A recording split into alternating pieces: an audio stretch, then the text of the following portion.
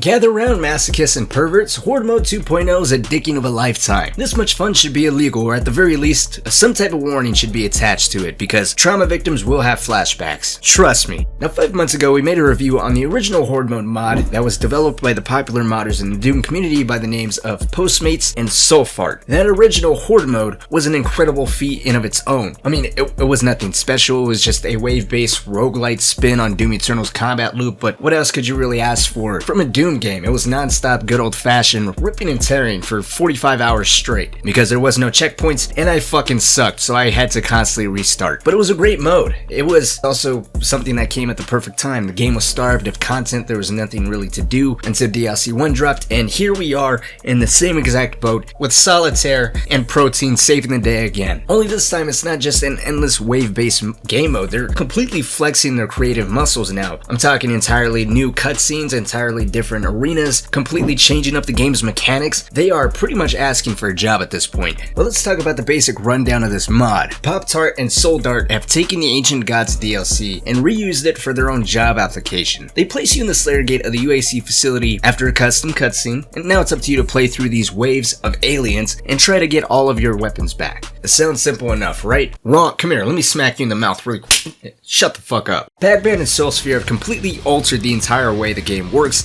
and forces you to go against God's intentions by having you think critically. And I'm gonna just break it down to you. I'm gonna unveil the secret because there's no tutorial system in this. You have to learn as you go, and by me just telling you, it's gonna save you a lot of pain. So as soon as you start up, you're already dealing with spirits and all kinds of other aliens that you normally wouldn't deal with just a combat shotgun. So naturally, the difficulty is heightened because your arsenal's stripped from you and you just have one gun to deal with everything. Spirits being the biggest threat here because you don't have the gun you would normally use to deal with spirits. The chain gun. The chain gun is removed from your arsenal from the start, and this forces you to think outside of the box, and even trickles down. It has you manage your resources a little bit better. Let me explain. You see, everything in this game is color-coded. Blood is red, shotgun shells being red. My super shotgun here is also red. Chain gun, plasma gun, and spirits are all blue, hence why the chain gun is used on the spirit. Duh. Red is normally tied to fire, blue is normally tied to ice. So if the chain gun here is not allowed, what do we use to kill the spirit? The flame belch. The spirit's made of ice. You have to use the flame belch to melt the spirit to kill it. Duh. It took me 2 days, a marriage, and a job to figure that out. You're welcome. But this begs the question, if we're gonna melt the spirit, how do you melt the blood maker? Who's also red? That's the corresponding color. Well, you just gotta learn demon priorities, stupid. But resource management doesn't end there. Eventually, you will be getting the plasma rifle, which is blue. There's launch pads in the arena that are also blue. So you gotta shoot the launch pads to activate it. They force you to waste precious ammunition on launch pads for versatility. Fucking genius. This inherently forces players to think a little bit more critically on their feet. Should I flame belch the spirit, or should I pull out my plasma rifle, run over to that launch pad, charge it up, and reposition myself? These are split-second decisions that you need to make, and I also love how all the pickups are now manual. You have to melee them to grab them. You might think this is counterintuitive because it takes you out of the combat. Maybe. But it's got that survival element, and I love it. Now it goes without saying, by sharing this stuff, obviously, Pacquiao and Solar System have completely redesigned the entire game from the ground up by introducing these brand new mechanics and flipping Doom Eternal's combat loop on its head. But I'd say it's for the best. It breathes some new life into Doom Eternal and helps us deal with the heavy drought of content that Eternal's currently suffering from.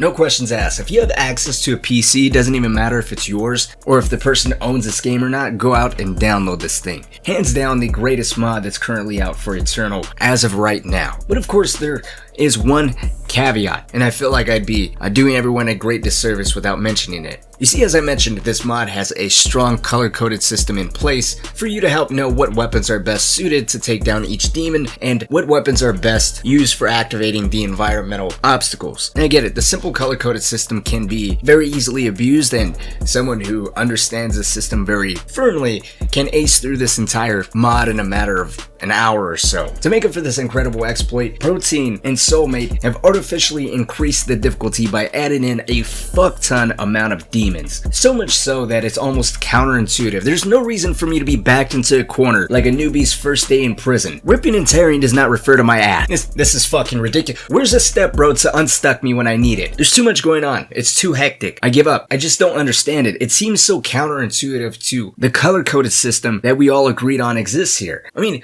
look at a game like Dark Souls, for example. That game is known and renowned for its difficulty. It respects the player. Every fight is fair. You're a man with a sword, in armor, fighting giant monsters that can easily kill you in one hit. It's fair. It rewards the player that knows the game's mechanics and knows how to utilize it and take advantage of it. What the fuck is this? I'm being passed around like a slice of pizza at fat camp. And yes, I guess you can quickly cycle through all your weapons to show the demons that you have that sleight of hand perk equipped, but it doesn't do much. Except for this one instance where the tyrant knew it was my first time doing this and he just didn't decide to attack me. Come on, bring it on. No means no. No means no. No means no. Maybe means no. No, this is my ass. Oh, look at that. He stopped. Just flexing on him. Now it's just a matter of which one of these guns is going to actually fucking fire. I'm angry that I can't get mad because he went easy on me. He's aware that I can't move and switch guns at the same fucking time. It has a little something for everyone.